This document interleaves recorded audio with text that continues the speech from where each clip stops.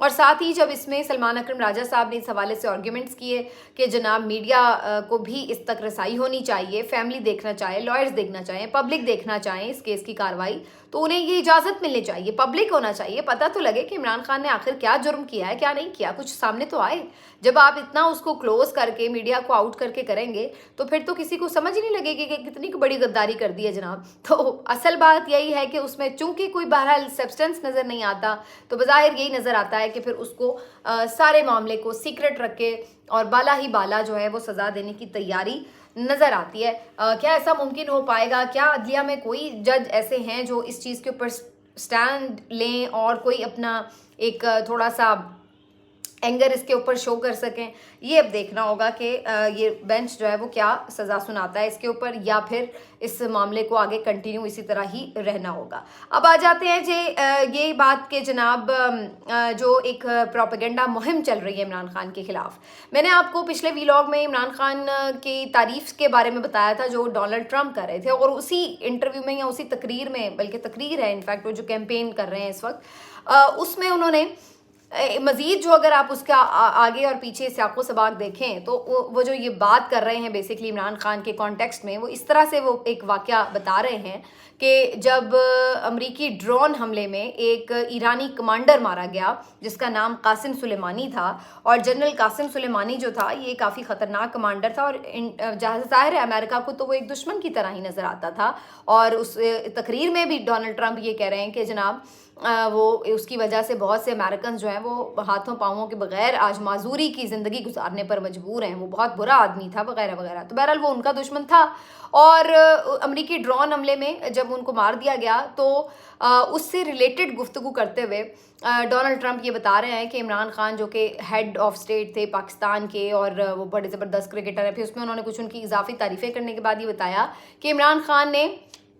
ان کی جو ساری یہ والی جو سٹوری تھی امریکی ڈرون حملے میں ان کی ہلاکت سے متعلق، تو اس کے اوپر عمران خان نے کہا کہ یہ بہت بڑا ایونٹ ہے، یہ بڑا اہم خبر ہے میری زندگی کی، اور اس کے بعد وہ خاموش ہو گئے، اور پھر وہ خاموشی سے دفتر سے اٹھ کر گھر چلے گئے پیدل، اور اس کے بعد انہوں نے کہا کہ وہ تقریباً ایک ہفتہ جو ہے وہ قید تنہائی میں رہے، یعنی قید تنہائی مینس کہ انہوں نے اپنے آپ کو بہت زیادہ انگیج نہیں کیا، وہ تھوڑے خاموش سے ہو کے کچھ الگ تھلگ سے جیسے بندہ ہو جاتا ہے غور و فکر کرنے کے لیے، تو وہ اس طرح کی کسی کنڈیشن میں تھے۔ اب یہ بات ڈونلڈ ٹرمپ کہہ رہے ہیں، اور اس کو پھر ہمارے میڈیا میں بغیر کسی نے اچھی طرح سنے، یا پھر اچھی طرح سننے کے باوجود بھی بدنیتی کی وجہ سے، جس طرح بھی آپ اس بات کو اب پورٹرے کر لیں، لیکن انہوں نے اس کو اس طرح سے پھیلانا شروع کر دیا کچھ سوشل میڈیا کے اکاؤنٹ سے جو کہ عمران خان کے مخالف لوگ ہیں، مختلف سیاسی جماعتوں کے بھی ہیں، کچھ صحافی برادری سے بھی تعلق رکھتے ہیں، اور کچھ ان نون سے اکاؤنٹس ہیں،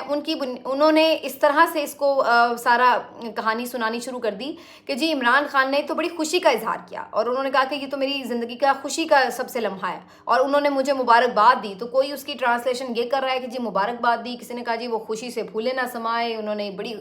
گرم جوشی کا اظہار کیا وغیرہ وغیرہ، تو اپنی ہی طرف سے جان بوجھ کر، یا پتہ نہیں نالائکی ہے کہ انگلش ویک ہے یا جو بھی آپ کہہ لیں، کہ جان بوجھ کر جو ٹرانسلیشن ہے اس کو بالکل غلط انداز میں پیش کیا گیا، اس انداز سے پیش نہیں کیا گیا جس انداز سے ڈونلڈ ٹرمپ نے کہا۔ اب ویسے تو اس بات پہ بھی ایک ڈیبیٹ ہو سکتی ہے کہ جو ڈونلڈ ٹرمپ بھی بات کہہ رہے تھے وہ کیا واقعی ایز اٹ از تھی، اسی طرح سے یہ بات ہوئی تھی، لیکن اگر اس بات کو سچ بھی مان لیا جائے کہ جو ڈونلڈ ٹرمپ کہہ رہے ہیں، تو ایون دین یہ سوچنے والی بات ہے کہ عمران خان نے اس پہ کوئی خوشی کا اظہار تو نہیں کیا، کم از کم ڈونلڈ ٹرمپ کی گفتگو میں ایسی کوئی مجھے لائن نظر نہیں آئی جس میں وہ یہ کہہ رہے ہوں کہ عمران خان بڑے خوش ہوئے اس کے اوپر۔ ہاں انہوں نے یہ ضرور کہا کہ بڑا امپورٹنٹ ایونٹ ہے، اور جو بھی کوئی خاص یعنی ایونٹ ہوتا ہے اچھا یا برا وہ امپورٹنٹ ہو سکتا ہے، لیکن اگین یہ وہی بات ہے کہ اس کو جان بوجھ کر بدنیتی سے اس کی غلط ٹرانسلیشن کر کے ایک پروپیگنڈا کرنے کی کوشش کی گئی کہ دیکھیے جی عمران خان تو جو ایرانی لیڈر تھا اس کے مرنے پر خوشی کا اظہار کر رہے تھے، اور یہ بیسکلی وہ فریڈم فائٹر تھے جو کہ فلسطین کے حق میں ہمیشہ رہے ہیں۔ تو اب بس اس طریقے سے اب اگین وہی ایک کردار کشی کی مہم جو ہے وہ شروع کرنے کی کوشش کی گئی، اگرچہ بہت سارے لوگ اس کو دوبارہ سے اب ایکسپلین کر رہے ہیں کہ جی انہوں نے یہ بات نہیں کی، خود ایون اعزاز سید صاحب جو کہ عمران خان کے ایک مخالف ناقد رپورٹر سمجھے جاتے ہیں، انہوں نے بھی اس چیز کو مینشن کیا کہ انہوں نے خوشی کا تو کہیں خیر اظہار نہیں کیا، اور نہ ہی ڈونلڈ ٹرمپ نے یہ الفاظ استعمال کیے، لیکن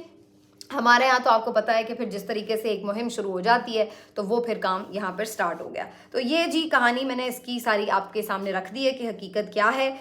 یہ ایک الگ ڈیبیٹ ہے بہرحال کہ واقعی اس بات میں کتنی سچائی ہے کہ جتنی بات ڈونلڈ ٹرمپ کہہ رہے ہیں اتنی بھی ہے یا نہیں ہے، کیونکہ بہت سارے لوگ تو اس بات کا بھی یعنی گواہ بنتے ہیں، اس بات کی بھی گواہی دیتے ہیں کہ عمران خان تو ایران کے ساتھ بھی ایون تعلقات کے حوالے سے بڑے گرم جوش تھے، اور وہ اس کا دورہ بھی کیا انہوں نے ایران کا بھی. تو یہ بڑی عجیب و غریب سی بات ہے کہ اگر آپ ان کے ٹینیور کے حوالے سے کوئی ایسی بات بتائیں کہ جس میں جی وہ ایران کو کہیں پہ اس طرح سے ڈاج کروا رہے ہیں یا کوئی اس قسم کی ان کے ساتھ کوئی ڈبل گیم، تو میرا نہیں خیال ہے کہ، اور ویسے بھی جس ٹائپ کے عمران خان کی ایک مینٹالٹی ہے، مشکل ہے ان کے لیے یہ سوچ، ان کو ذہن میں رکھتے ہوئے یہ ماننا بڑا مشکل ہے کہ وہ کوئی ڈبل گیم کھیلنے والا آدمی ہے. اچھا یا برا جو بھی ہے وہ سیدھا سیدھا ہے اور اسٹریٹ فارورڈ ہے. تو یہ ایک عجیب و غریب سا ایک بیانیہ ان کے خلاف بنانے کی بہرحال کوشش ضرور کی گئی ہے. اچھا جی، اب ذرا اس بات پر آ جاتے ہیں کہ جو میں یہ بات کر رہی تھی آپ کو کرپشن کیسز بھی اور فواد چودھری صاحب سے جڑے معاملات. فواد چودھری صاحب آج پھر عدالت میں پیش ہوئے، ایک روزہ مزید جسمانی ریمانڈ ان کا دے دیا گیا ہے، اور آپ جب تک یہ ویلاگ دیکھ رہے ہو میں بھی اب دوبارہ ان کو عدالت میں پیش کیا جا چکا ہو. لیکن اب خبریں جہاں یہ آ رہی ہیں کہ وہ جی دل سے انہوں نے پارٹی چھوڑی نہیں تھی، دل سے انہوں نے استحکام پاکستان پارٹی کو جوائن نہیں کیا اور وہ متحرک بھی نہیں ہوئے. ساتھ ہی ساتھ یہ بھی خبریں آ رہی ہیں، اور یہ ویسے پہلے دن سے بھی ساتھ آ رہی تھی، کہ انہوں نے کچھ سفیروں سے جو ملاقاتیں کی تھیں، ان ملاقاتوں میں انہوں نے کچھ ایسی گفتگو کی ہے کہ جس کے بارے میں جب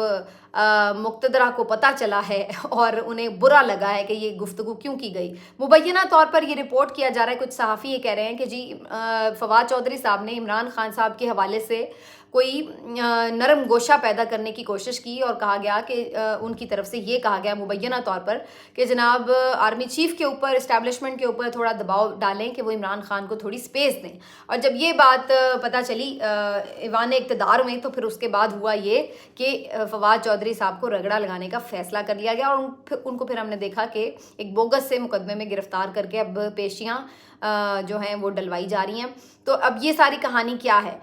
دیکھیے، اس بات میں صداقت ہو بھی سکتی ہے، نہیں بھی ہو سکتی. اس کی وجہ میں یہ بتا دوں کہ اس کا مطلب یہ نہیں ہے کہ کوئی وہ کسی کو دھوکہ دے کر وہ یہ بات کرے تھے. میرا خیال ہے اگر آپ فواد چودھری صاحب کے کچھ سٹیٹمنٹس دیکھیں جو انہوں نے پارٹی سے لا تعلقی کا اظہار کرنے کے بعد دیے ہیں، تو آپ کو ایک چیز بڑی واضح ہو جائے گی کہ فواد چودھری صاحب نمبر 1 عمران خان کے خلاف نہیں بولے، نمبر 2 انہوں نے کوئی الزامات نہیں لگائے، نمبر 3 یہ کہ انہوں نے کسی بھی پارٹی میں شمولیت کا سامنے آ کر اعلان نہیں کیا، اور نمبر 4 وہ ہمیشہ پی ڈی ایم کی اور جو پچھلی ساری سیاسی ایک سیٹ اپ تھا اس کی تنقید کرتے نظر آئے، اور نمبر 6 یہ کہ وہ یہ بات پہ زور دیتے نظر آئے کہ الیکشن ایسا کروانے کا، الیکشن کوئی فائدہ نہیں ہے کہ جس میں آپ اتنی کشیدگی کے ماحول میں الیکشن کروائیں. الیکشن سے پہلے ایک بات چیت ہونی چاہیے، مذاکرات ہونے چاہیے، گنجائش ہونی چاہیے، ایک ماحول بننا چاہیے. تو وہ اس بات کے بڑے سٹرونگ پیروکار نظر آئے، اور وہ انہوں نے ایک دو ویڈیو پیغام میں بھی جہاں کہیں پہ بھی انہوں نے تھوڑی بہت اگر گفتگو کی تو انہوں نے یہ بات بار بار دہرائی. تو میرا اپنا اندازہ یہ ہے کہ فواد چودھری صاحب نے یقینی طور پر یہی بات جہاں پہ بھی جس بھی امپورٹنٹ پلیٹ فارم پہ وہ ہوں گے تو انہوں نے یہ بات اسی انداز سے کی ہوگی کہ سب کو موقع ملنا چاہیے، اور پھر عوام جو ہے وہ فیصلہ کر لیں کہ انہوں نے کس کے ساتھ جانا ہے. لیکن اگر زور زبردستی سے کوئی مینج کرنے کی کوشش کی گئی چیزیں تو پھر اس سے استحکام تو پھر بھی نہیں آئے گا، اور جو الیکشن کا سارا مقصد ہے وہ تو فوت ہو جائے گا. تو یہ تو ایک لا یعنی قسم کی پریکٹس رہ جائے گی. تو میرا ذاتی اندازہ یہ کہ انہوں نے اس طریقے سے یہ بات کی ہو سکتی ہے، لیکن اگر اب کسی نے اس کو یوں رنگ دیا ہے کہ وہ پتہ نہیں آج بھی عمران خان کے لیے کوئی راگ نکال رہے ہیں، تو یہ اب مجھے نہیں معلوم ہے کہ اس میں کتنی حقیقت ہے. لیکن اگر نکال بھی رہے ہوں تو پھر بھی اگین وہی بات آ جاتی ہے کہ بھائی آپ زبردستی کسی سے پارٹی چھڑوا سکتے ہیں، لیکن ہر ایک بندے کی اپنی ایک گنجائش ہوتی ہے، اپنا ایک اسٹیمنا ہوتا ہے، اپنی ایک برداشت ہوتی ہے، اپنی ایک ہمت ہوتی ہے. ہر کوئی مشکل حالات میں ایک طرح سے بیہیو نہیں کرتا، ہر کسی کے معاملات مشکل ہوتے ہیں، الگ ہوتے ہیں، تو وہ اسی حساب سے ہی معاملات کو دیکھتا ہے. تو یہ ٹھیک ہے کہ وہ پارٹی کے ساتھ بہت زیادہ آگے نہیں اس وقت چل سکے، لیکن اس کا مطلب یہ تو نہیں ہے کہ انہوں نے پارٹی کو نقصان پہنچانے کی کوشش کی ہے یا عمران خان کی ذات پر کوئی کیچڑ اچھالا ہے. تو یہ کام بھی نہیں بہرحال انہوں نے کیا. تو اس بات سے یہ اندازہ ہوتا ہے کہ شاید وہ کوئی اپنے لیے